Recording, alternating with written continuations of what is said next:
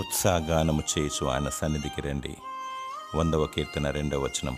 దేవుడొక్కడే పరిశుద్ధుడు, పూజారుడు, సమీపించరని తేజస్సులు వసించువాడు. ఆయన సర్వంతర్యామి, సకల ఐశ్వర్యవంతుడు, ఆది సంభూతుడు, సృష్టికి కారణభూతుడు, రాజులకు రాజు, ప్రభువులకు ప్రభు, దేవాధిదేవుడు, ఆరాధనకు యోగ్యుడు. ఆయన విశ్వమంతట ఉంటాడు, మానవ హృదయంలోనూ నివాసముంటాడు. దేవుడు ఆత్మ గనుక ఆయనను ఆత్మతో సత్యంతో ఆరాధింపవలెను. మృతులు ఆయన్ను స్తుతించలేరు, సజీవులు మాత్రమే ఆయన్ను స్తుతించగలరు.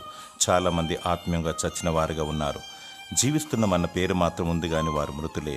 ఎందుకనగా వారి క్రియలు చీకటి క్రియలు. వారు అపవాది సంబంధులు. వారు పెదవులతో స్తుతించువారు. వారి హృదయము దేవునికి దూరముగా ఉంది. పరిశుద్ధమైన ప్రవర్తనతో దేవుని సన్నిధిలో కనబడము. దేవుడు నిన్ను సజీవ లెక్కలో ఉంచినందుకు మరియు రక్షణను బట్టి, మేలులు ఈవులు దయచేస్తున్నందును బట్టి నీలో ఉన్న దేవుని సంతోషపరిచి ఆయన పరిశుద్ధ సన్నిధిలో ఆయనను ఆరాధించు. దేవుడు తన సన్నిధి కాంతిని నీపై ప్రసరించునుగాక. ఆమెన్.